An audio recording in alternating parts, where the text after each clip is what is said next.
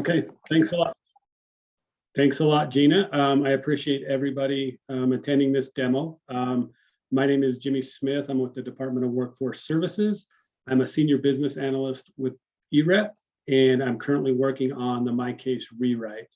When we first started this project, we had three basic charges on the rewrite, and that is one, to make it more access friendly to navigate for customers. As we know, it's a little cumbersome to get around in the current application. Two is to make the application a little bit more seamless. Currently, if a customer, and as you guys probably know, and as you've helped customers out, we kind of used the TurboTax model about 12 years ago when we designed this. And if they select our four basic program groups, they can go through about 220 screens potentially. That's a long application. It's a lot of screens to go to, a lot of clicks. So again, we wanted to make the application as seamless as we can for our customers, and a little bit easier. And then the third, and which I think is probably the most important, is to make it up to date with mobile access.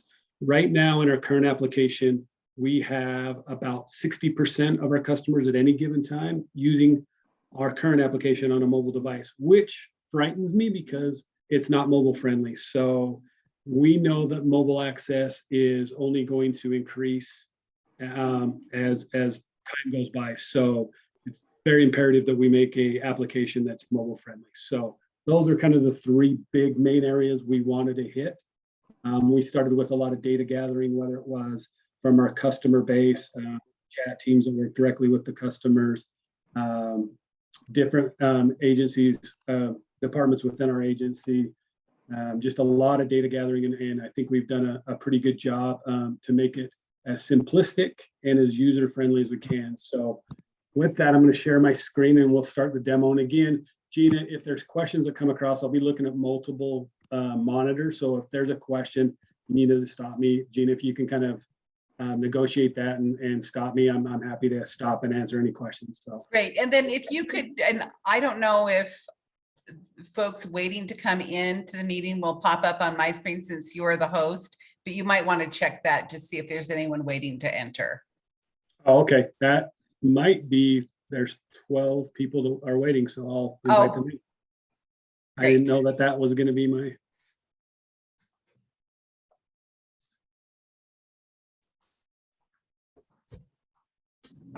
So this is telling me to choose the email service to send invitations. Should I just default? Oh, if there are people waiting, yeah, do default email, but I thought that there was wanted to admit all. Yeah, it says to invite and then it gives me a default. Okay, why don't you make, I'm going to reclaim host, let those folks in, and then I'll give you screen sharing again. Perfect. I think without being the host, I might be able to screen share it. Okay, okay. So we'll try that. If you want to not make me the host, I'll try to screen share. Okay, I grabbed it back, so. Okay, I think I can screen share, so. Perfect. Let me know. Oh, yep, you got it. Okay, you guys can all see this pretty well. You can see the current MyCase, right? Yes. Okay, perfect. All right, so I kind of wanted on certain areas kind of show comparisons as we go through this demo. And keep in mind we're in dev environments in both, so there are things that pop up that might look a little different, a little off than what you're used to in production. So as you can see, when people go to MyCase now, they get this homepage where there are a lot of things going on. There's menus up here, there's home buttons and links here. There's links underneath, that's for the jobs.utah.gov site. And we have a few boxes that are kind of juxtaposed in a weird way. We've got the logins here for third party, log into your case, apply for benefit. And we got their kind of their home box here, and then questions. There's a lot of links, a lot of looks. It is very confusing to customers. It is a lot different. So here is kind of where we're going directionally. As you can see, much easier, much more modern. Again, as we go through this, you'll notice there'll be a lot of real estate on a desktop demo, and I'll show you the mobile look as well as we finish up and wrap up this demo. But a lot of real estate on the desktop translate to a better mobile use. So we kind of use it as kind of a European simplistic, minimalistic model. It's been called the IKEA model, kind of in a way, but it's much easier, a lot less links. So anybody that goes to MyCase now, they'll have their navigation bar here on the left.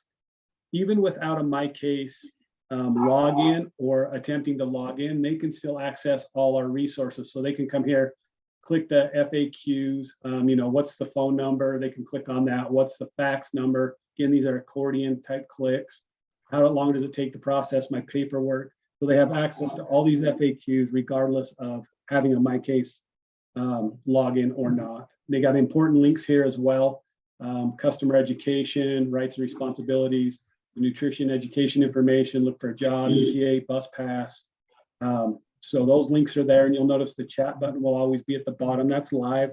I really don't want to show you that, but it takes you right to the chat workers is off to the left. You'll have a sign in button here, or you can go home and you can log in right here, and it will be the same process with a Utah ID. So that upfront Utah ID process won't change. So when we log in, they'll go to their Utah ID and they'll have to log in. So I'll log into the new one.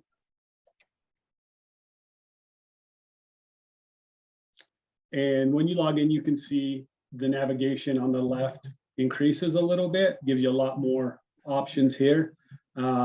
They can hide this. We're going to change some of this wording to hide this menu. So they can use this hamburger menu to hide that menu if they're on a mobile device to make it a little bit more real estate. This pink bear, I apologize for. If you work with nefarious developers, they like to play jokes. So this is my icon, but I apologize. But this will have their name, and this is kind of their main login once they log in. I will go in and impersonate a customer. So when a customer comes in, this is what they'll see. And we're using a fake case right now, so you guys aren't exposed to personal information. But this is what it will look like when the customer signs into MyCase. And you'll see we still have the navigation off to the left. We'll have the public notice up top. The boxes are kind of more linear down the page. If there is nothing for a public notice, we can mask this so it'll take up less real estate, or we can add and it might take up more real estate, with like the public health emergency ending, we can add that type of language here in this top box. The second box is basically shortcuts.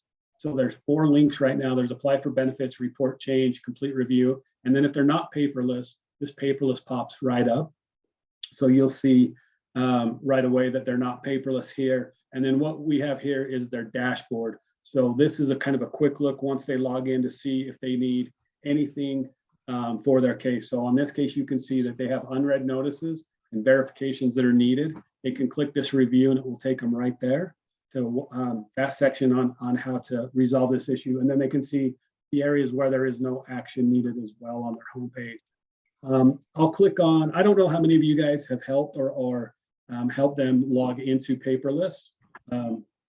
I want to show you how easy this is. So to click on paperless now, they'll get a step 3 of this wizard right now.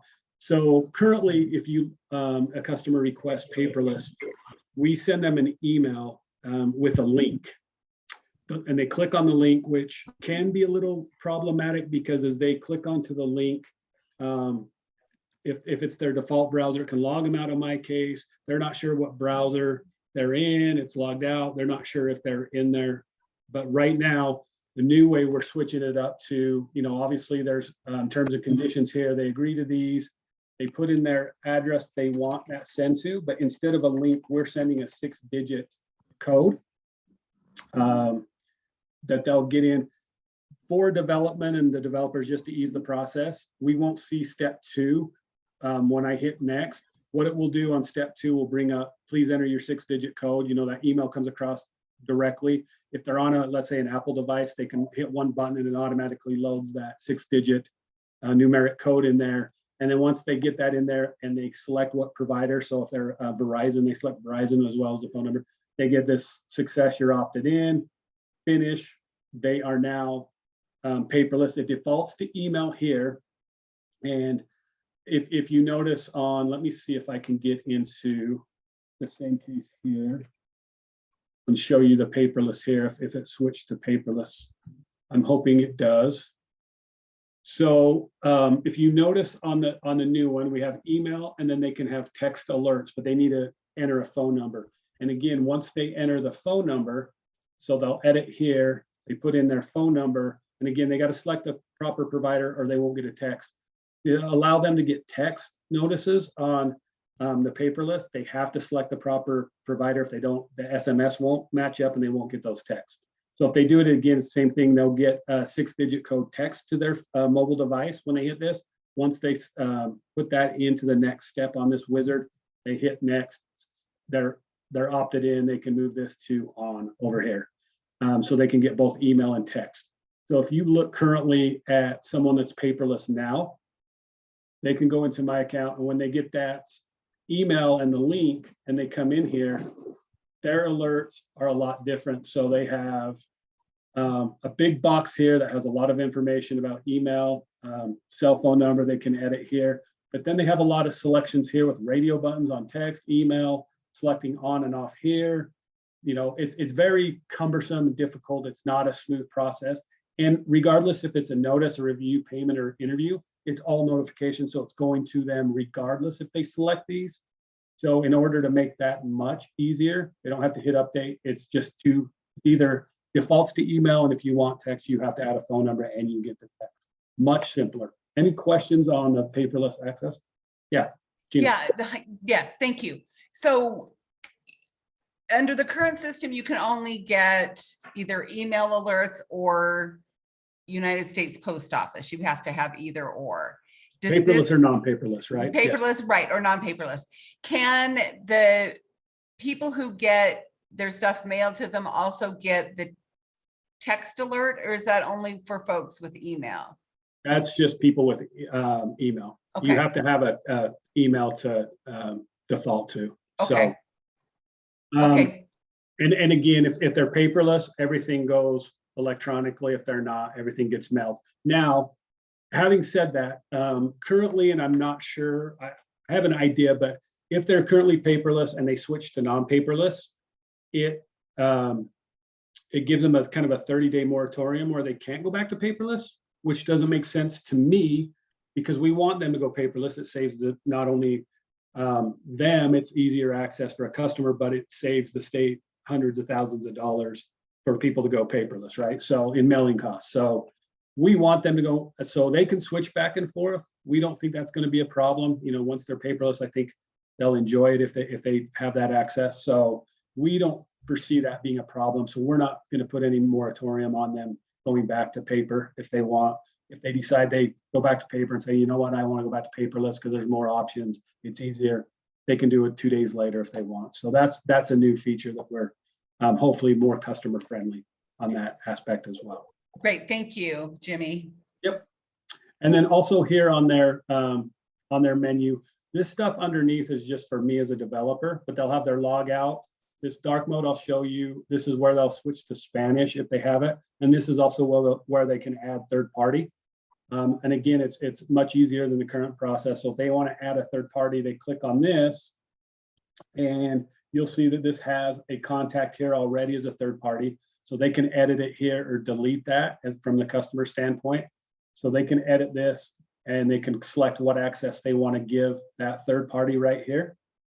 So they can change from full access just to view stuff or give them the full access here to edit it.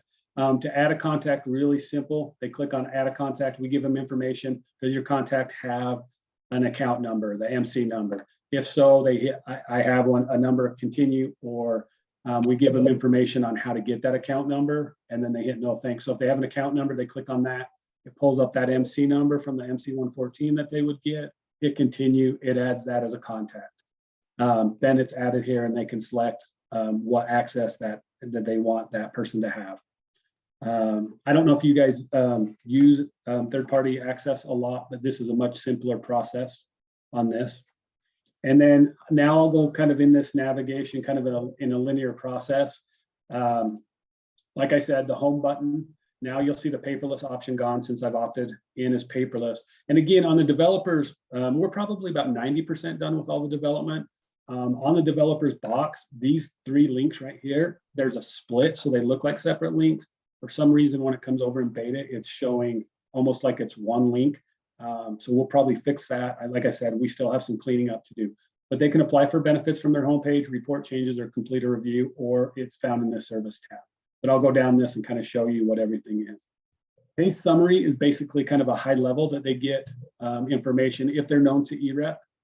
This is the stuff that we have in EREP on them. So this is where they'll have their case number, who the primary person is, their case members are, so their household, their date of birth, genders, relationship, whether they have an upcoming review, what open programs they have, what pending programs they have, and then their home and mailing address, phone number, and whether they're paperless, and then what email address they're using.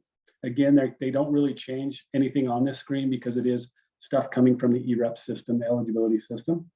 So on the benefits screen, if they have benefits here, that will show just the current month. So if they have food stamps, if they have any medical as well, food stamps, SNAP, sorry, I'm going to flip back and forth, but it's SNAP. Childcare, it will show just for the month that they're currently in.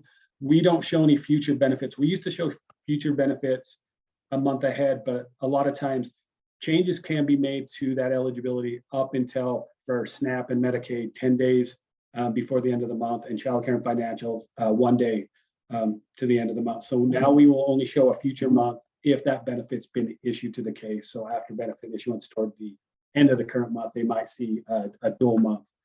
That way there's no confusion if they log in, let's say at December 7th, they think they have, January SNAP benefits, something happens, they get a job, it decreases or even terminates, and they're expecting that and they budget for that. It won't show them that until that benefit's actually on there.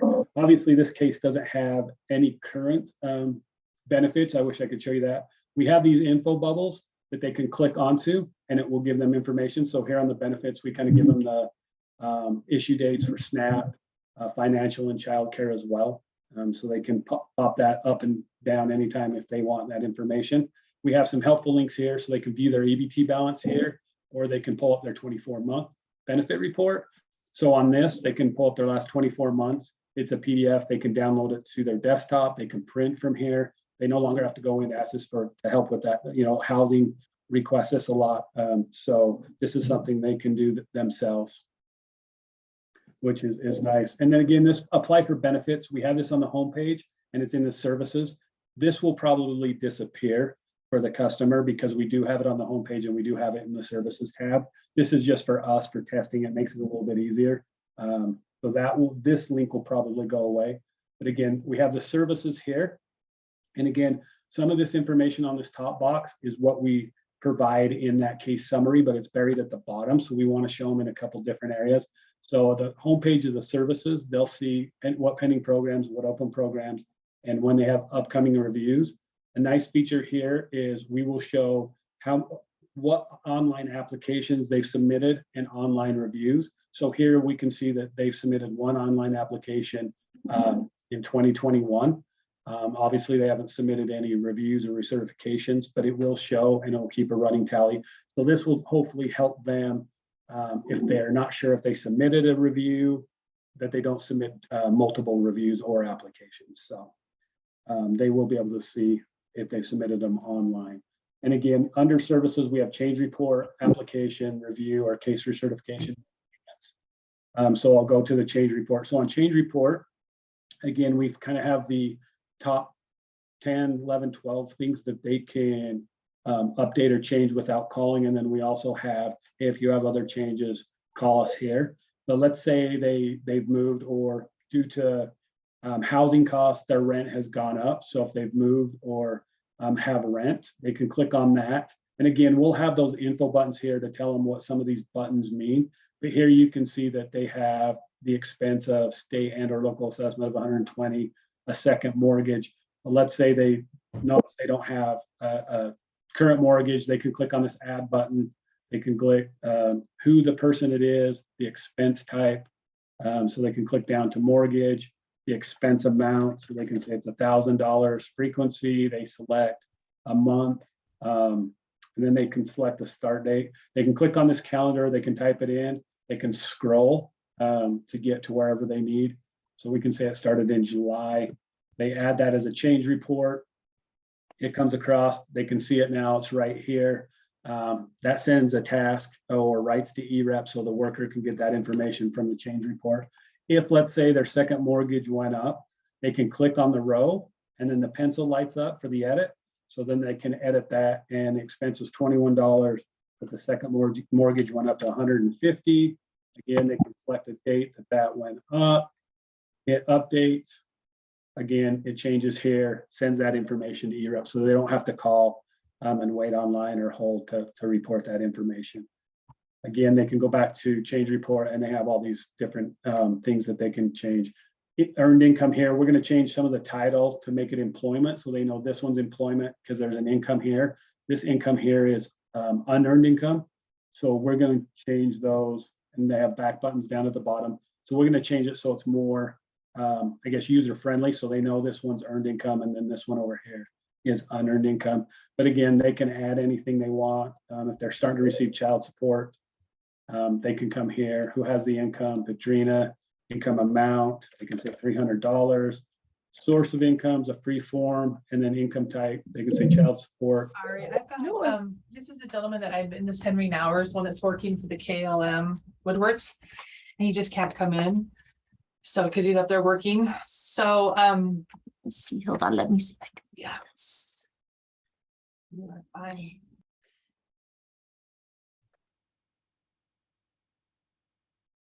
Was that a question or can I continue? Am I good, Gina? I think you can continue. Sorry about that, Okay. Jimmy. So adding income, one thing on income you'll notice on change report is there's no pencil to edit income. And that's because we don't want them updating income that they just reported, because the worker has to do something with that. And if they keep editing it, it changes the worker's verified income. So once they report it, they can't edit it. They can, so if they want to edit it and they click on that, we're going to change this button and they hit a report a change. We kind of explain why they can't report it or how they can report it if it's changed. And then we give them how to download some information as well. If they need a form like a 630 or that 702s, that SNAP household form. So they cannot edit income that they've reported. But other things they can edit rows, like I showed you before, they can, any rent or anything else, they can edit and that pencil comes up. Now they can remove the income. So if you come here, they can click on that and they can hit the trash to remove it, but they just can't edit the amount. So just keep that in mind as you go through the change report. Any questions on change report? Again, it's pretty simple, hopefully. And again, we'll have info buttons that if they have questions, but once they do it once or twice, they'll know what those buttons are, and it should be pretty easy. I'll come to the application kind of last. The review follows almost exactly the application minus the starting screens. So I probably won't show you that, but the payments, if they have payments, this is where they'll come. They can get current, future, previous. They can click on them, and this is how they can pay their spend downs. And that goes to our payment office. Documents here is where they'll find their notices, forms, verifications, and image docs. So on notices, they can come here and you can see here that they have 2 unread notices, and it keeps a tally for, I think, 92 days right now. And we can increase this if we want to increase it to 120 days. It's just kind of what's beneficial to the customer. But right now it's set at 92 days. So you'll see here that there's a closed envelope here and it's an orange color. Again, the colors are kind of dictated and the logo by our communications department. So, and as well as we have to be 508 compliant. 508 compliance is a federal rule that says if we take federal money that we have to create an application that's for people with sight impairment, whether it be a screen reader for completely blind or people with color deficiency. So that's why you'll see different colors always have to have an icon that changes as well, or wording within it to be 508 compliant. So once they read this notice, I can't pull it up because it's not connected to the database, but they click on it, it'll read, it'll pull it up in a PDF form. That will now change to a green open envelope. So they can quickly see which ones they've read and which ones they haven't. So that is how they'll be able to tell that. And again, like I said, if they're at home and they see this thing and they have unread notices, they can click on review and it sends them right to that exact page. So that's a kind of a quick link to get here instead of going through this navigation. And again, the forms, if you're helping them fill out applications, this is probably really great for you guys because you guys can be proactive here if you have access to this. So if you know you're filling it out and they do have a job, they're new to EREP, you can say, okay, we know we're going to need the 630. You can pull up this on a PDF. It is stamped here, barcoded, so it will get imaged to their case. You can print it, download it to your desktop, whatever it is, but you can print it, get that in, and hopefully be proactive, get some of these forms that you know that's needed that we're going to request depending on that customer situation. But a customer can do it as well. And again, there's a search function. So if they need a Form 19, they can hit 19 and it says, oh, here's my third party information. So the search function, there's about 55, 60 forms here. So the search function may be easy if they don't want to scroll, but those forms are there to help kind of the customer be proactive, or if they get a request for one, that they're able to pull it up as well. Verifications, this is where they'll come if there's a verification requested. So this is kind of that upload feature. So if we're requesting stuff, they can click here to upload. They can select files here. And this is something we've approved on. So they can select whatever files they want. They can drag and drop here from their desktop or their device. And if they're using a mobile device, we'll ask if they want to use their camera so they can take pictures of verifications as well. So that can happen. And once they're all loaded, depending on, they can select, drop, take a picture. Once they're all there, they hit upload files. We will now give them a success pop-up. So right now, when they upload, it just disappears. The upload button just disappears. They're not sure if it went through. That's why we get repeated verifications uploaded. They're just not sure it went through. Get a lot of phone calls for that. So right now they'll get a success and some information on kind of the time frame it takes for it to get imaged for the worker to view it. So that will hopefully help them know that that went through okay. So again, I can't show you that success bar, but that's what will happen when they hit that. So it won't disappear. So hopefully that's a benefit to the customer, because right now it is confusing to them as well. We are having an upload, static upload button. This will probably be masked with the initial release until we get some of our imaging changed.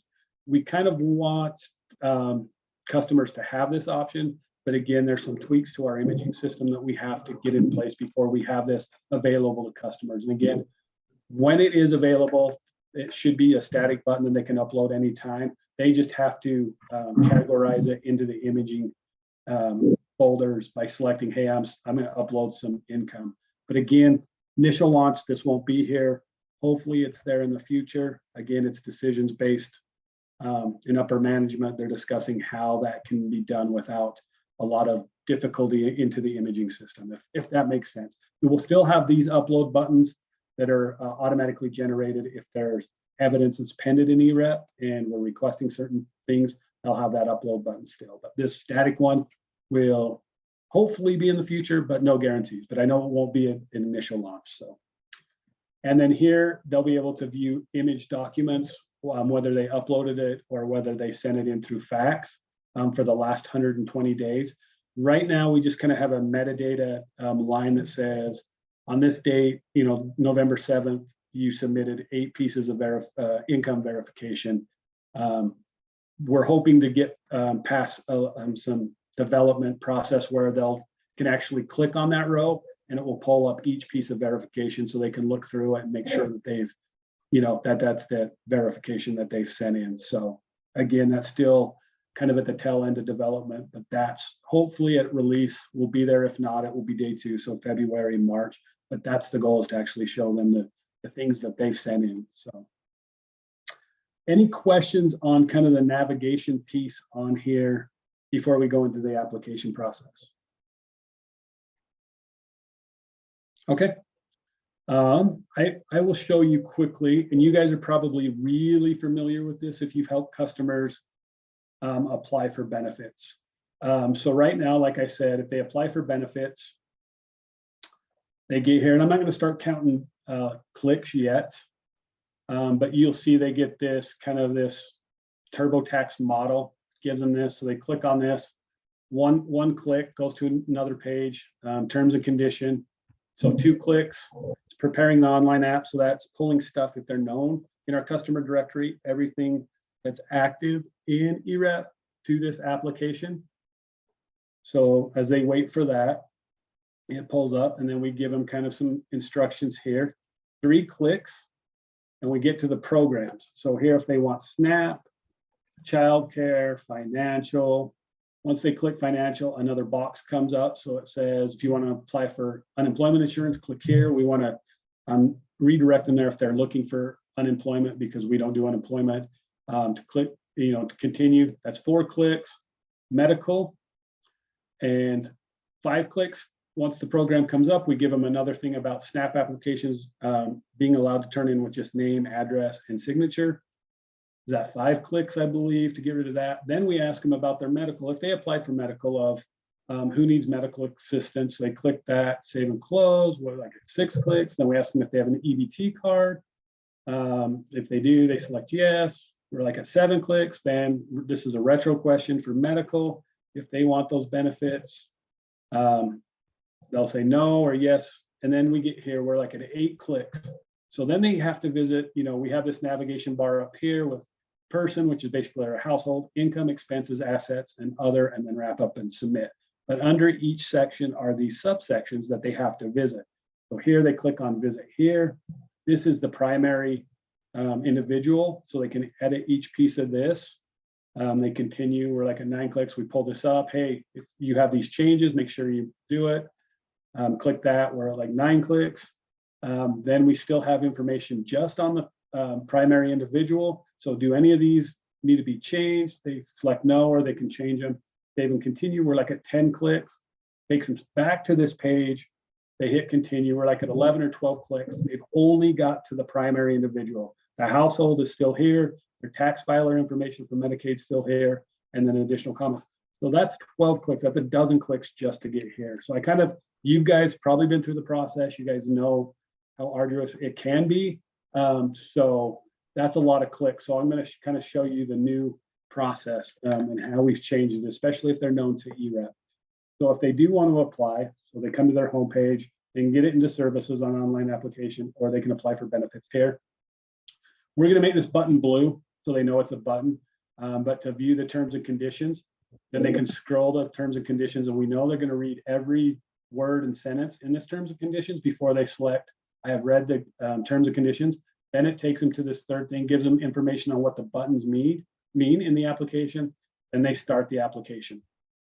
Takes them right to the programs. And again, instead of taking them to a pop-up or to another page, if they select SNAP, it asks them about the EBT card. If they don't select SNAP, that EBT won't pop up there. But again, it doesn't take them off this page. So if they select SNAP, they'll get their EBT. They select medical, they'll get the retro right there. It's not taking them to a pop-up. Again, a lot less clicks. So if they want medical for past 3 months retro, they can select that. Financial, instead of taking them to a page, it just says, hey, if you want to apply for unemployment, click here. So we'll redirect them there, not a pop-up for extra clicks. It just will show up here. And if they want unemployment, they click there. And again, they select that, they hit next section. So we're basically, besides rights and responsibilities, just about at 2 or 3 clicks. Again, it pulls all their information over. And so here we're at household summary. So you can still see that this similar navigation piece is here. You'll notice there's one new tab, which is medical. That will only show up if they apply for medical. If not, it's masked. And also we add tax filer in there. It's no longer in the household because it is related to Medicaid only. So again, if they don't apply for medical, that tab won't show up. But here we bring up all their information, their mailing address here, their household details. So we put all their information here, and then the living arrangements that we have in EREP, the disability, if there's anybody with disability, pregnancy, student, and add additional comments. You'll notice that they can update any of these sections right here. So if they want to update a pregnancy, they hit update here, and I'm hoping it works. So they can click add a pregnancy. They can say, so it'll only pull up eligible members that are female, that could be pregnant. So Samantha is pregnant. They can say, oh, she's going to have twins. Due date, they pull it up. Again, they can type it, or they can go in the future. She's going to have these on April 1st. We ask the tobacco usage, Nope, Samantha doesn't smoke. Add, adds it here. She's going to have 2 babies. Again, it's on the application. We hit continue. It takes them back to this household summary. And again, household summaries hopefully don't change very much. So as they scroll down to see what's in here, they get to the bottom. It says, is all this information correct? If it's all correct, they hit yes. We get a next button. It takes them to the next section. So they don't have to visit each section and each page of those subsections in the current application. So they can update anything right here. So it goes to income summary. Again, we have those info boxes that will help give them information on what screen they're on. And again, they can see what income's on their case. This is that child support that I had added as a change report. So it's pulling that over. Again, additional comments is something that's a free format. So they can give us any information. They save that. It should save here. Again, that's something that's under development right now. We'll save here so they can see it. And they can say, is all this information correct? Yes. So if we have all their information correct, this one now goes to expenses. So if all their information is correct or active and they have little things to report, they can go through this whole application and get it signed and submitted within a dozen clicks. So as you saw before in the current application, it takes a dozen clicks or more just to get through the primary individual questions. And then not to mention all the other subsections. So again, but let's say on income, they're, you know, they don't update here, but they're like, well, no, not this information isn't correct. They hit no. We give them a thing, please make sure all data is updated and correct before continuing. So they X out of that. So they're like, oh, I've started a job. So they go here, click here, and they add that information. So once they edit that and they continue, takes them back to the income summary screen. And then they have, yep, that's all correct. They go there, they go through all this. Again, if everything's correct and good, it'll take them all the way through here. If let's say they're filling out the application or you guys are filling it out, something happens and they have to leave for a few minutes, they come back and it's logged out and you have to log back in or log them back in, they go back to the application. We'll give them this, take them right to the summary instead of where they were. And we give them information, not only on the time left to submit that application, but what area and section that they've completed and what ones they still have to visit. So if they come back here and say, oh, I've done expenses, they can go to assets here, look at all their assets. If they want to change cash on or their checking account, they can click update liquid asset, change it there. If they have a vehicle they want to add, again, if it's all correct, they come here next. They go all the way through this and they get to other. Again, medical won't show up unless they select medical for a program. And again, same thing with other. So these additional questions that need to be complete, these are questions that will show up on every application because they're related to multi-programs. Some of them are just financial and childcare that won't show up on a SNAP application. So if they click here, they'll get this information here. So that, you know, a lot of these are SNAP related. They answer these questions however they do. Again, if it's a yes, they might get a pop-up. So does anyone applying have a disability? Again, we'll ask them that information. They can pick who it is. Is it going to make them where they can't work for longer than 60 days? Yes, save. It saves that to the PDF on the application. Again, these other additional questions are multi-program and will be program specific. And then we have program specific sections. So if they only apply for SNAP, they'll have these additional questions that are just SNAP related and then SNAP specific questions here that need to be completed. If they don't apply for financial or childcare, these questions are math. They don't have to answer those at all. Again, medical won't be there either if it's just SNAP only, so you don't have to worry about that information. Again, they can add additional comments. If this information is correct, they hit next. Shows medical is incomplete because we didn't go there. But here, and you guys that help with applications, you know, once we get to this section, we automatically pop up the PDF. And you have to click out, you can view the PDF, but you click out of that before you go to sign and submit. That's been a problem for customers submitting applications. They think at that point, they see the PDF, they can see the application, they think they're done. They'll log out, it's not signed or submitted. So we get a lot of incomplete applications with that process. Right now, once they come to this sign and submit, the wrap up, they get the ability if they want to view the PDF here. Again, I don't know why it's pulling up. They must be working on it right now because it will pull up and show the sections. It's going to be a little bit easier to read. they can view it if they want, but we're not forcing them to view it. So, you guys just spent time with the customer filling this out. If you guys want to, you can click on that. If not, you can get a continued app submission. Again, we give them here, do not fax, mail, or drop up a copy of this because you're submitting it electronically, basically. They go here, they get information. Hey, you've not completed all sections of the application, gives them information on if they don't submit a complete application, what can happen. They want to continue. They click yes here. Again, rights and responsibilities. They're going to read all this information, hopefully. Then they get this little electronically signing the application notification here. They click that they agree to the terms, submit application. Then you get this checkered flag. Hopefully, if it takes, it should. I'll give it a sec. And again, they could be wrapping this up. So when it does go to wrap up, it says success. You've submitted your application. There's a checkered flag. So you guys will know it's been submitted. Any questions on the application? Again, they might be working on it. Oh, here's a confirmation page. You get the checkered flag. Your application has been submitted. We give them a little bit of information on the kind of the timeframes to complete it, give them phone numbers and that as well. Any questions? And then they can go back to MyCase this way. Takes them back to their homepage. Again, there's some stuff in the chat. Do you want me to check out? Yeah, I was just checking that. Oh, okay. Yeah, okay. the partial application, again, name, address, and signature is all you need on that. Again, what comes with that obviously is the eligibility worker can electronically verify a lot of information, but partial applications are still, that's a process for both the customer and the worker. So the more information we have, but again, if they're known to EREP, it does pull a lot of information over. So it should be more helpful that way to where you don't have to go through each section. So do you guys want to see the mobile access at this point and how it looks on different devices? Because that's kind of to me is the biggest thing. Like I said, at any given time right now, it's 60% of our customers are using a mobile device.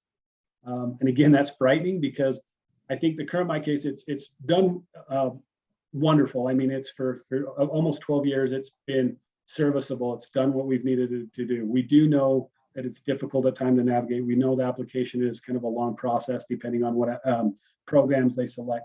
And we know that it's not mobile friendly, but it has done well. But again, this is what it will look like. So if a customer's home, let's say on their homepage, and they go to mobile, here's what it's going to look like if you see up here on an iPad Air. And again, depending on what mobile device they're using, the real estate and the formatting will be better. Obviously, if you're using a laptop or a desktop, you'll have more real estate. If you're using a tablet, you'll have more real estate. So again, this black dot represents someone's finger. Mobile devices and tablets are phones. So they can come here, they can go to case summary. Again, they can click on here to hide that menu. You'll see the chat here. Again, they can go to change report here. They're formatted here, so they can start a new job. They click on that. They click on this. They get that same pop-up, add that or cancel it. Again, they can rotate it horizontally. People will rotate. It kind of gives them a different look. Then if it's down, they can scroll. So let's see, an online application. They can click, they can fill out the application online here on a tablet. Notices here are here. Again, if they want to go back to vertical, it changes a bit. I'll show. You guys want to see what an Android looks like? All you monsters that use Androids. Again, what you'll notice here, this is the notice screen. You'll notice that the menu button is down at the bottom and their kind of their login or their link stuff here. If they flip it horizontal, it'll go up here to the top. And again, we've used industry standards. We figured that Apple and Amazon and Google have millions and millions of data points pointing to where these buttons should be depending on what view that they have on their things. Again, they can pull that up, they can scroll. If they have it horizontally on their phone, again, if they want it vertically, it's down here. They can click the menu. They can click on, again, change report here. It brings us up. They can scroll here. If they move it vertical. Again, We can look and see what it is on a iPhones, pretty similar to most Androids. But again, as we develop this, we have to make sure it looks good on the desktop and that it formats to these separate devices so that they're able to use it. Again, if they want their menu, they click on that. They can click out of that menu here. They have what they need. Any questions on the mobile access? That's pretty much kind of the demo itself. Any feedback, any questions? Do you guys feel that this will be a simpler process for not only you guys, but the customer base as well? Any suggestions? It seems like every time I do a demo, I'll get a different perspective that we haven't looked at or that other parts of even our department or the customers haven't seen. So any suggestions, questions? Again, it's 90% done. We're not going to revamp it totally. If you see some things that have been suggested, we've put in that are really nice additions. So from your guys' point of view with the application, with the navigation, what do you guys think? What do you think, Gina? Up on first. It's a lot of information, but I think it looks good. And I think that making it easier for people to, navigate it, have it be mobile friendly. I mean, all of those things are great, and I kept thinking, well, yeah, but what about, and for me, sort of my what if questions were, people, who don't have mobile devices, but if they don't have mobile devices, they're not going to be accessing it on their phone anyway. So, I mean, it's one of those things we'll just have to play with it and, be able to navigate it ourselves when it goes live. But I think it looks really good. And again, if Gina, if your customers, if you're helping them fill out an application, so for example, I did a demo for R1. R1 is a company that helps hospitals get applications filled out for their customers that are patients inside the hospital. Right now, I believe their application submission is close to 99% are all paper application. And you guys have seen the paper application. It's like 18 pages of a lot of information, right? It doesn't bring any current information if we have it over. They just got to answer every question, fill it out. They saw this and thought it's going to switch almost to the polar opposite of 99% electronically submitted applications, because they can take an iPad in to the customer in the ER or up to their room, help them fill out an application on an iPad. And if they're known to the system, it obviously brings that up. Even if they're not, it's a little bit easier to access the questions electronically on an iPad than it is to bring a whole paper application in. So they're excited. They think it's going to change the game for a lot of our third-party facilities, nursing homes, a lot of that information as well. And again, because you guys help submit an application online, you can still have them as not paperless. So if they don't have a mobile device or access to computers, they can still get the stuff mailed to them, but it's an easier process maybe for you guys to help from an electronic device, if that helps. Right. And this is going live in January, correct? Yeah, January 14th. Okay. And then Mary Beth asked, do you feel like everyone will identify SNAP as food stamps? That's Mary Beth, I go between, I say SNAP and food stamps all the time. I go between them. I just. The people that have been around long, it is hard. I've slipped a few times and said food stamps, right? So we give, if you notice, a lot of times we'll put SNAP and then food stamps in parentheses here on the online application. Let me see if I can get to it really quickly. Start an application. We have food stamps right here. Can you see that okay? Mm-hmm. Yep. So we do have food stamps there at SNAP. So they'll know. We're not going to completely abandon that, because we do know we have customers who still refer to it as food stamps instead of SNAP. So hopefully that answers that question. And then what is the chat feature specifically meant to be used for? So we have a team, they're called CSR workers. Their entire job, they don't do eligibility. They have access to eRep and they have a little bit more access to MyCase. So they can help so if someone has problems like, hey, I don't know where to go, how do I report this change? Or I don't know how to apply for benefits. I'll show you, it's live, but I'll show you what happens. So they click chat And then we'll get this pulled up. So we have somebody, we've got an estimated time of 3 minutes. So I can send a chat, but I'm going to tell them.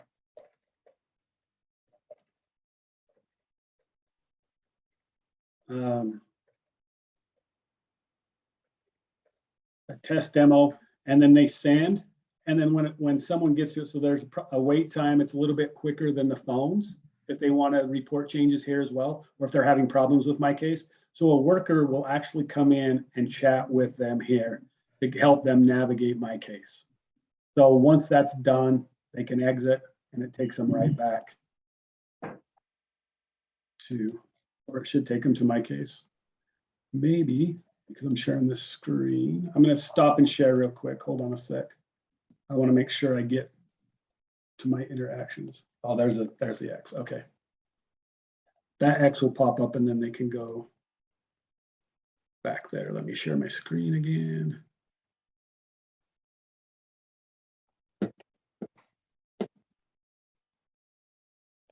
It's this thing right there. We'll go back to there. There we go. So that chat just is another function for customers to reach out to. They're not quite eligibility workers. They don't know a lot of the eligibility rules, but they can help the customer navigate, explain what's done. They can take some change reporting as well and put that a note for the worker and set a task for that worker. So it's just another customer service, basically, option for the customer. So does that help answer that question? Yeah, we'll see. That was from. Yes, thank you. Okay, any other questions for Jimmy? And then if there are, I don't know, I mean, you know, launching any sort of new platform, I'm sure is like very stress inducing. Yes, I am. I'm not going to have a nice holiday, that's for sure. Oh no, that's terrible. It is what it is, right? But if people want to like say, oh, hey, it would be great if you had this. I mean, is that something you want? Do you want to hear from people, or For if sure. people have feedback, what's the best way for them to get that information to you? I'll send, how about I send you, Gina, my email address that you can disseminate? Okay, yeah, I'll send that out. Yeah, like I said, if they feel like, you know, because like I said, demos, you know, you might have a lot of questions ruminating around your head. You're just not sure on what it is. And especially if we go live as well, like if there are things, even this weekend, you're like, hey, you know what, it'd be cool if this was it. You know, I didn't, you know, how does this work? Send me an email. Again, I'll respond to it. And like I said, some ideas are great. Some ideas come later after the demo, not necessarily always here. But it's something I'll send out my email that you guys can have, and anything related to MyCase. Again, so I want to be clear on something as well. When we say a January 14th release, this is just the customer front-facing part of MyCase, meaning that they can navigate through their case. They can submit an application and a review. Okay. The next couple months, which we will call day 2, our workers won't have view-only access. Our chat workers still will, but the workers probably won't have view-only until the next day. The child care provider portal, the heat vendor portal, and then our business office payment portal will still be in old MyCase. Again, those are day 2 development stuff. But as far as everything the customer can do, that should be available. So you guys should have that ability to help them out. So again, there is a lot of day 2 stuff that's going to go in, tweaks here and there. Obviously, still questions on whether that static upload button will pop up anytime in the future or not. But right now, that's probably a no-go from the start. So. Okay.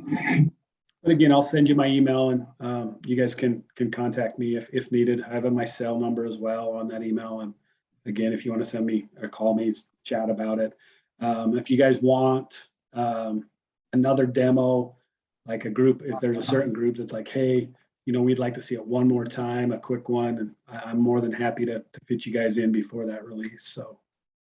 Great. Yeah, I'll keep you posted on that. This has been really helpful. And when I will send out the recording to this meeting, and so I'll have Jimmy's contact information by then. So I'll send it out with that. But unless there are any other questions, we'll let you get back to your day. That took us just about an hour. So, Yeah, I'm going to type my email address. Did everybody oh, get that? perfect. Yeah. Yep, it's right It's in the there. chat. So, and like I said, contact me if you have anything you guys, my case related that you'd want questions on, clarification on, suggestions. Like I said, we've had some suggestions that, because you guys see my case from a way different perspective than we do, than our eligibility workers do, than even our chat workers do. So don't be afraid to say, hey, when I use my case, I always see this as a problem. Is this going to be, can we get this rectified? And again, it might be day 2, day 3. We may be able to get it in for the release,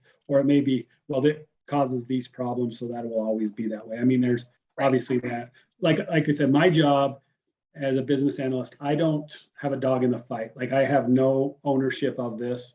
I don't care what you guys suggest. My job is to take that suggestion, weigh the pros and cons, talk it through with you guys that suggest it, talk it through with the developers, the business, whether it makes sense to put in.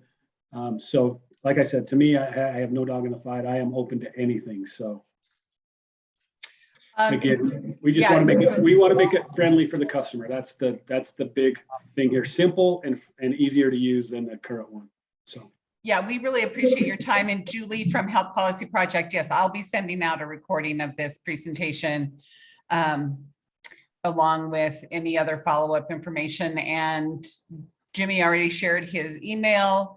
So unless there's anything else, I think we'll end and let everybody get back to their day. All right. I really appreciate everything you guys do for the customers, and thanks for having me. Yeah, great. Thank you, Jimmy. Bye-bye. Thanks, Jimmy. Thanks, Gina.